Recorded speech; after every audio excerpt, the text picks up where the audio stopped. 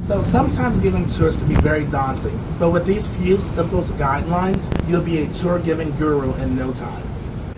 So before you start off giving the tour, you want to make sure that you introduce yourself as a resident assistant, and that you want to engage the future residents to make sure that they have a welcoming experience while coming here at Southeastern.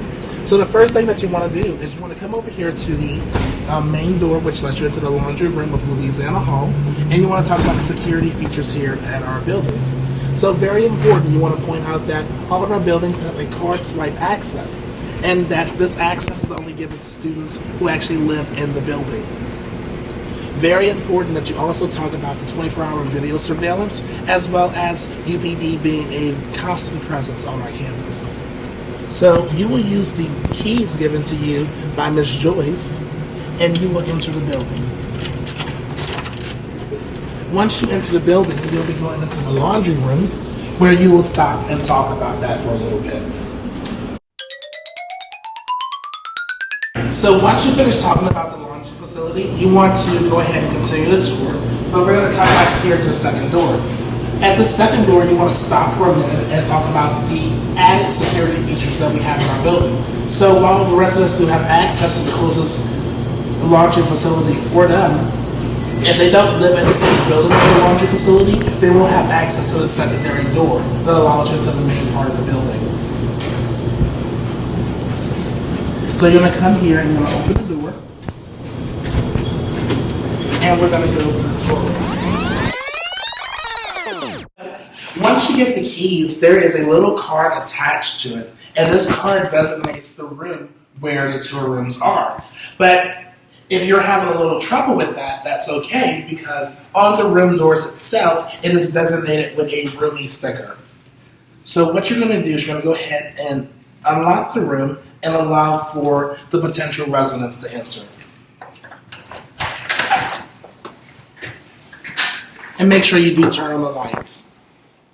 So once the residents have entered the room, you want to give them a moment to walk around and look at everything, and then go into your selling spiel. Talk about the unique features that Southeastern has to offer for our potential residents while they're living here on campus. So you want to point out the fact that all of our double suites come with 2 beds, 2 desks, 2 armoire, 2 dresser drawers, and 2 chairs as well.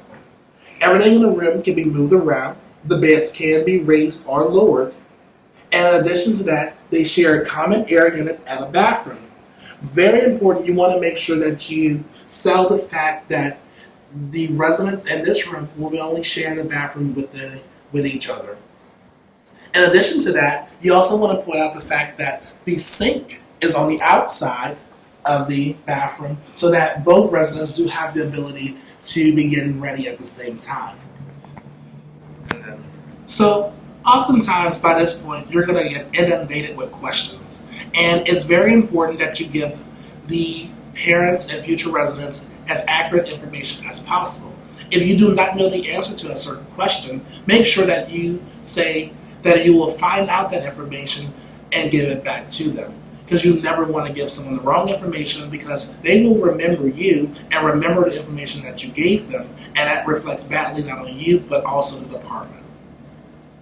So once you're finished giving the tour of the double suite, we're going to ask them to exit out the door right across from it and stand here and wait for you to do a very important part in the process, which is locking the door behind you. Finish showing the hall, you want to bring the future residents out here, and you want to start walking towards the next hall, which is going to be Livingston Hall, which is also our single suite option. So this is the part where you should master the art of walking backwards, because this is the time that you'll want to give valuable information to the future residents and their parents. So at this point, you want to point out special features about our buildings. You want to point out the fact that the building that you just came out of and the building that you're going to are both honor facilities here on campus, and you want to also point out the qualifications for those honors facilities. That is a 23 on the ACT, and you must maintain a 3.2 GPA once you're actually living in the halls. At this point, you want to also point out the other facts about some of our buildings as we're walking. So you want to point out the fact that Pride Hall is an all-female residential hall, and that not only is the housing department held on the first floor, but that the University Police Department is held there as well.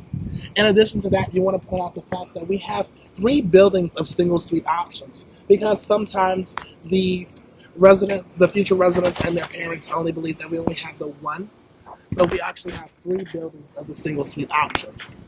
In addition to that, you want to point out the fact that we have Taylor Hall, which is the international building, and the one that is open the most because of the need to have students there longer. As you're also walking, you want to start talking about your job description and the reason that you're actually given a tour. So you want to point out the fact that you're a resident assistant and that you actually live here on campus in a residential home. It's very important to say that there's an RA in every building on every floor, and that we get here a little bit earlier than the rest of the residents to make sure that we're preparing the buildings for their arrival, that we do door decorations, that we do hall decorations, as well as programming at least once a month. But you want to make sure that you point out that your main role comes in when the housing officer closes and you go on duty. So I like to always end that spiel by saying that I'm their first line of defense. So when I get that call, be it 3 a.m. in the morning or what have you, we're going to answer it no matter what and be there.